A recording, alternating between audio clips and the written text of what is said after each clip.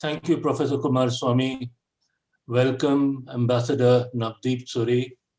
We are privileged to have with us Ambassador Suri, who is presently a distinguished fellow and director, Center for New Economic Diplomacy at the Observer Research Foundation.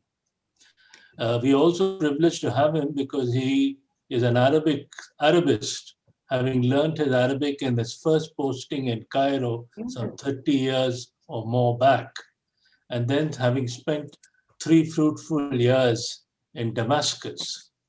He's also served in Washington, Dar es Salaam, and London, and as India's Consul General in Johannesburg. He headed the West Asia and Public Diplomacy departments in the Ministry of External Affairs. He was India's High Commissioner to Australia. He had a very eventful stay as ambassador to Egypt in Cairo, and finally in UAE for an eventful stay of over 3 years till September 2019, where he also was conferred the Order of Zayed II, the second highest award in the UAE. He has written on India's Africa policy, on public diplomacy, and on the IT outsourcing industry. His English translations of his grandfather's famous and classic Punjabi novels have received critical acclaim. He's had a very eventful stay in the Emirates and is here to talk about India-UAE relations. He has agreed to take a few questions after his initial address. Please put down your questions in the chat box. I am no BBC moderator or questioner, so I'll just ask Ambassador Suri very simple questions, but I suppose the answers will be more substantive than the questions. So Ambassador Suri, which were the 2 or 3 standout events of your stay in the UAE? Well, thank you, Professor Kumaraswamy and Ambassador Singh. It's a pleasure to be on this inaugural diplomatic dialogue. UAE was a fascinating posting in many ways. And to me, when I look back, I think the 2 or 3 standout developments was the proximity that we were able to establish in diplomatic ties. Getting Sheikh Mohammed bin Zayed, the Crown Prince of Abu Dhabi, as chief guest on our Republic Day in 2017. And that was significant because India actually broke with protocol by hosting somebody who was neither a head of state nor a head of government in formal terms, but yet the de facto ruler of the state. And we recognized that and built on that relationship.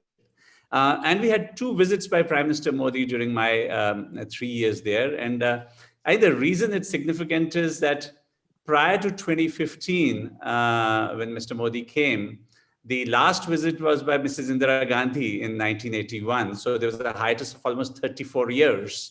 And then we have had these 3 visits in quick succession by the Indian Prime Minister. The third to me, was just the pleasure of seeing late Foreign Minister Mrs. Sushma Swaraj on the dais, on the high table at the OIC Foreign Ministers Conference in Abu Dhabi in March of 2019.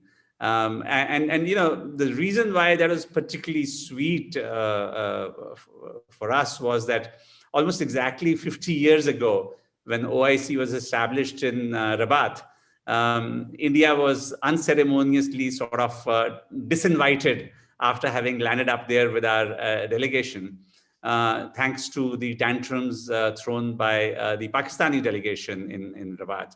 And here, the Pakistanis were throwing tantrums not to invite Mrs. Swaraj, and yet the Emiratis stuck by their guns, and so it was a very special moment I think for many of us Indian diplomats. I think these three are standout events. But what would you say were the political implications of these events? I think at one level, there is a really genuine personal rapport that has established at the leadership level between Prime Minister and Sheikh Mohammed bin Zayed, between External Affairs Minister and Sheikh Abdullah, the UAE Foreign Minister, between Mr. Doval as NSA and his counterparts. This capacity to pick up the phone and talk to each other, and the level of trust and confidence that has accompanied that personal rapport has come in very useful to us in terms of our engagement. I mean, I think we need to step back a few years and remember that Pakistan used to consider UAE as its backyard. Dubai was the playground for Dawood and his cohorts, and yet today we find that there is really no comparison in the relationship, whether it's political. In my 3 years in Abu Dhabi, despite their best efforts, the Pakistani Prime Minister was unable to secure an invitation. The Foreign Minister found it really hard to secure an invitation to come. There's been a freeze on Pakistani nationals being employed in UAE. They're not really issuing any new visas, even at senior positions, to people. And for us, the alacrity with which the Emiratis responded to our security concerns, whether it was in terms of breaking Dawood's network in Dubai and repatriating some of the, whether it was Farooq Takla or others, I think some of these things would have been inconceivable a few years back. So I think, purely from a political perspective, we not only built our bilateral relationship with the UAE, but we also managed to relatively marginalize Pakistan and dilute that whole Islamic card that Pakistan used to play so effectively in the Gulf. But Ambassador, what was the wider regional significance of the strengthened India-Emirates ties? It reflects in multiple ways. When you look at the UAE is an interesting country. It's small, but it punches way above its weight in regional affairs. Some of that has to do, obviously, with the enormous financial wealth that it commands, but some of it also stems from a fairly ambitious and capable leadership in the country that is not shy of acting on its instincts. And so we found that the relationship with UAE enabled us to have a much more effective voice, whether it came in matters like the GCC, the Arab League of Arab States, and even at some points in the OIC. I mean, recognizing that the OIC secretariat is dominated by other elements, but to have a friend who would speak loudly for you in these organizations, and I mean, I think the history on this hasn't been written, but I would even go a step further and say that to the extent that there's such a close relationship at a personal level between Sheikh Mohammed bin Zayed and Sheikh Mohammed bin Salman in Saudi Arabia, at least some credit for the improvement in our ties with Saudi Arabia over the last 3 years is because of the effectiveness of that UAE channel. You mentioned about Emirates being a very wealthy country, and obviously it is our third largest trading partner in the world. What are the implications of these very large events to our mutually beneficial economic relations? Look, I think, I'd look at economic relations maybe from 3 distinct dimensions: trade, investment, and energy. And if we were to pick them off one by one, On trade, yes, a lot of people don't recognize this, that after the US and China, UAE is our third largest trading partner with bilateral trade of almost $60 billion. Even more significant, it's our second largest destination of exports after the US, with the exports of about $32 billion. A lot of that trade really happens, I believe, because of the way Dubai has situated itself as the entrepot, with Jebel Ali as the port with the best infrastructure. And so a lot of Indian exports destined for East Africa, for Central Asia, for Iran, even for Pakistan, get routed through Dubai. My sense is that the trade happens more or less on a commercial basis, with the government not really having that much of a role, except sometimes to get out of the way. Where the government and the embassies play a proactive role is in terms of attracting foreign direct investment.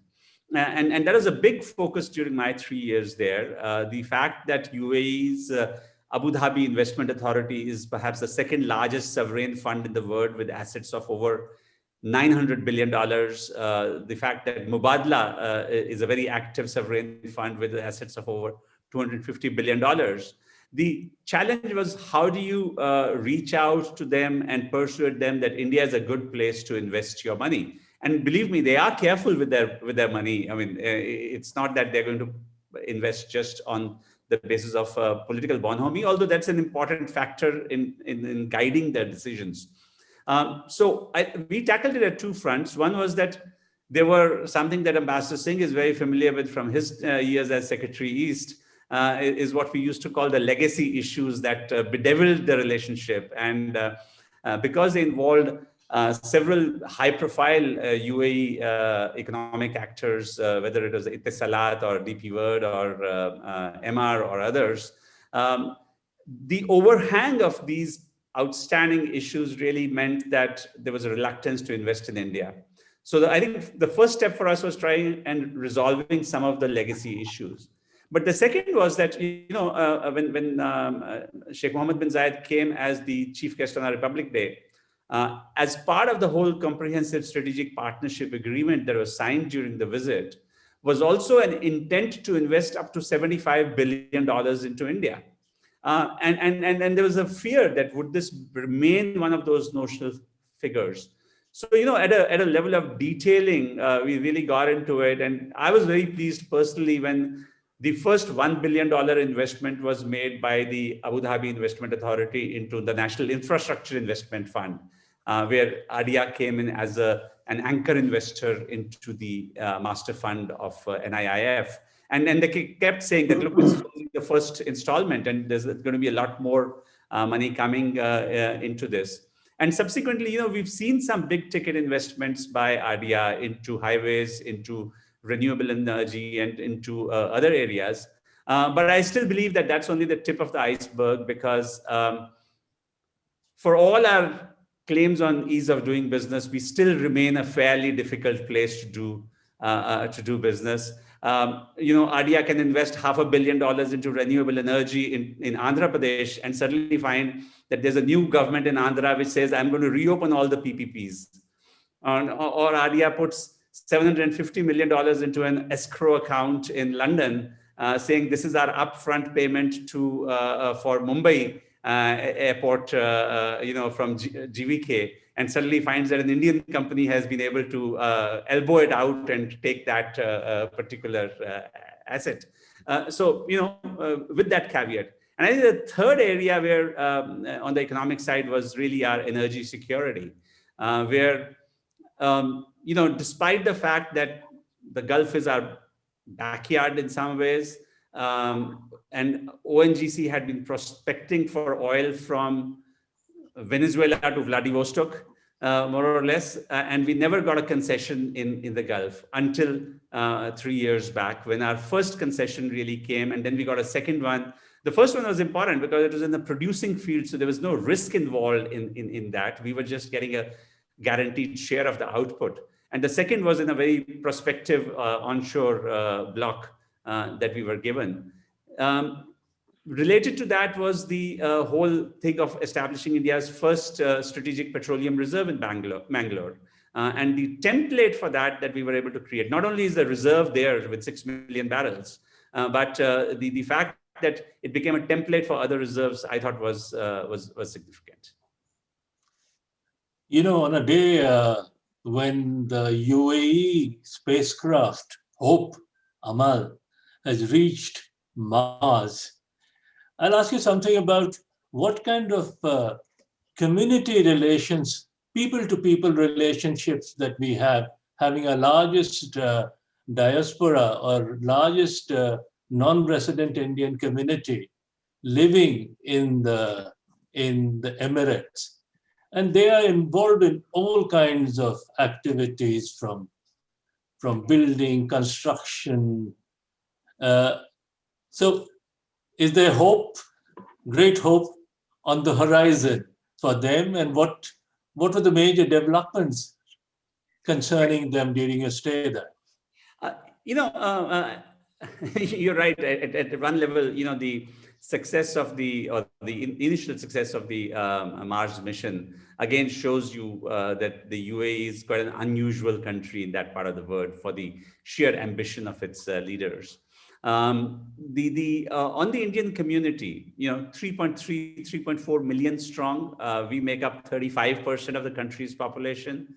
Our largest source of remittances globally.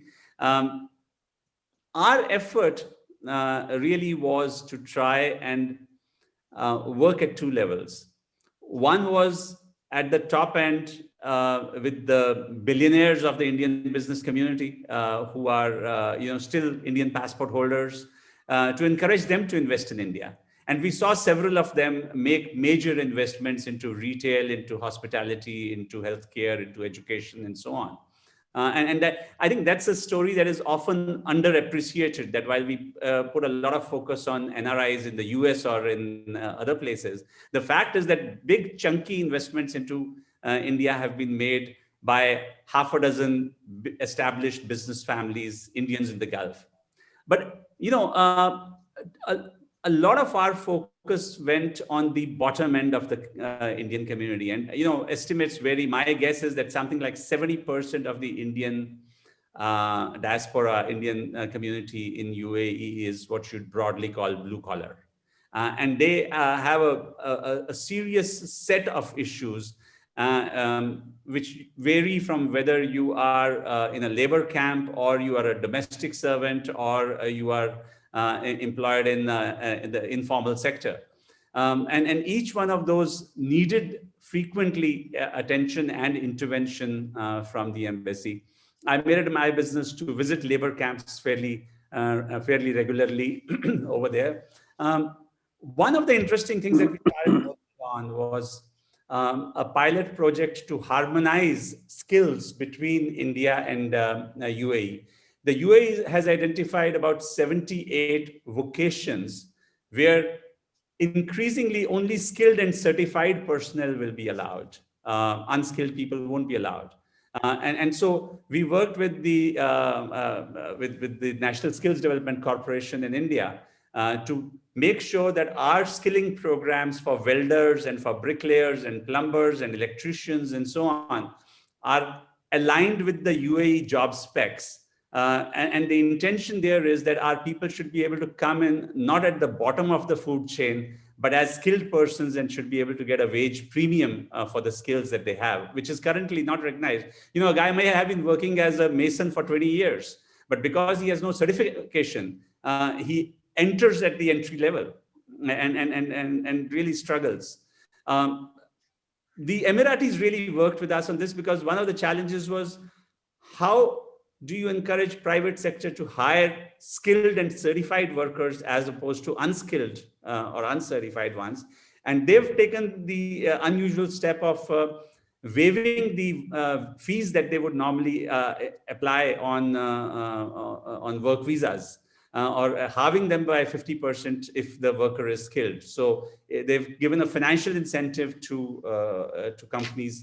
My expectation is that now we are doing the same project with the Saudis as well. that it should help us do two things. One is help our workers get better paying jobs.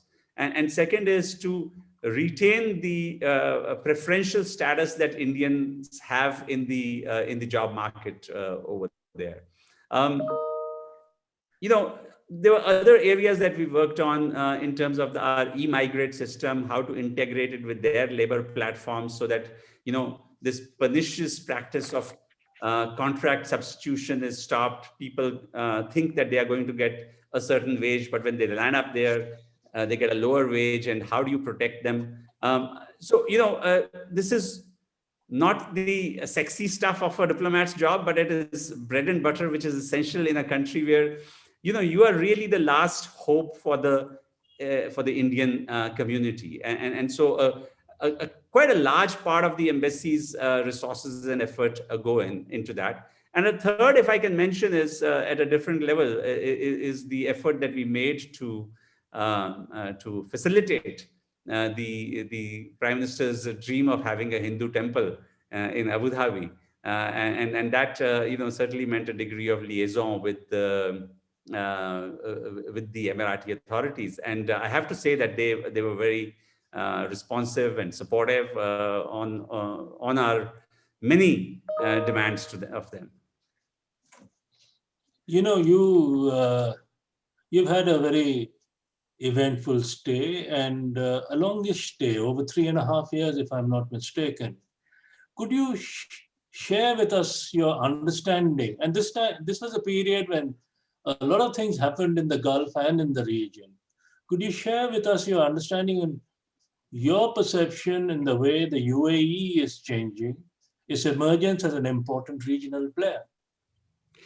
Yeah, and I think that's critical to really understanding why our relationship transformed the way it did. Because while we as Indian government and as diplomats would like to take credit for it, not only for the bilateral relationship, but for weaning them away from the Pakistanis, the fact is that there was also a dynamics happening over there, which we hadn't perhaps fully appreciated. That first, after 9/11, as the first shock to the local system, and then the unsuccessful Arab Spring and the shockwaves of the very real possibility that Islamist or Muslim Brotherhood type of governments could emerge. One emerged in Egypt, one emerged in Tunisia. They were spreading their wings elsewhere. And United Arab Emirates decided, for better or worse, that they would be at the front line in the fight against any form of Islamic radicalization. They decided in their own interests that they would turn out all the Muslim Brotherhood supporters from their country, and they evicted about 40,000, expelled about 40,000 of them, many of them Egyptians, many of them teachers and so on, from the Northern Emirates, who were seen as propagators of a certain ideology. So I think first is, the way the UAE saw itself, and I've heard this multiple times from Sheikh Mohammed bin Zayed, saying that how they arrived at this decision that, for their future generations, they must take up the fight against, whether it's Osama bin Laden and Al-Qaeda, or it is against ISIS, or indeed others. And in that scheme of things, a secular India was seen as a positive, and Pakistan, with its flirtation with various radical groups, was seen as a problem. That's one area where the change in UAE's own attitudes reflected on the relationship towards us, which is also why Indian workers are preferred as opposed to workers from Pakistan or Bangladesh, as a case in point. Because they are seen as susceptible to radicalization, and Indian workers are relatively seen to have better immunities to these ailments. The other interesting thing is that moving beyond an anti-radicalization campaign, the UAE has taken upon itself to be a beacon of tolerance. And again, many of us don't recognize how much they have moved the needle in this. When I was there, they hosted Pope Francis along with the Grand Sheikh of Al-Azhar for this famous summit, and came out with something called Document of Human Fraternity. You might say it's a lot of fluff, but what we are seeing now, their decision to establish a house of Abraham's family, where a mosque, a synagogue, and a church would be within the same compound. The fact that they are now not only post the relationship with Israel that they have normalized, but there's now a rabbi in Dubai. There's a kosher food restaurant in Burj Khalifa. And they have actively started speaking that the problem we have is maybe with Israel's politics, but not with the Jewish community. These are major changes that you're seeing. And the last one I would say is, apart from tolerance, which they pursue proactively, is the emphasis that they are putting on promoting women and youth. Sheikh Abdullah, the Minister of Foreign Affairs, has put it down in writing that he intends that 50% of their diplomats should be women in the next 10 years. That's pretty ambitious. Their PR in New York is a very capable woman diplomat. In their cabinet, the Minister of Youth is only 24 years old. This is unlike, say a youth congressman who's 60 years or something.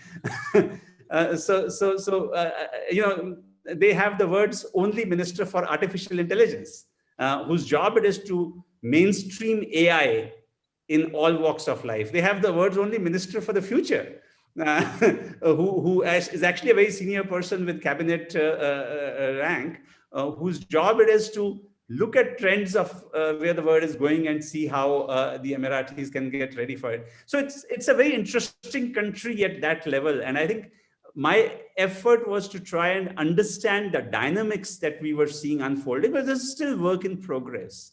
And then to see where does India fit into some of this and enable our own leadership to understand that the country that you're dealing with today is quite different from the stereotypical notions that we may have.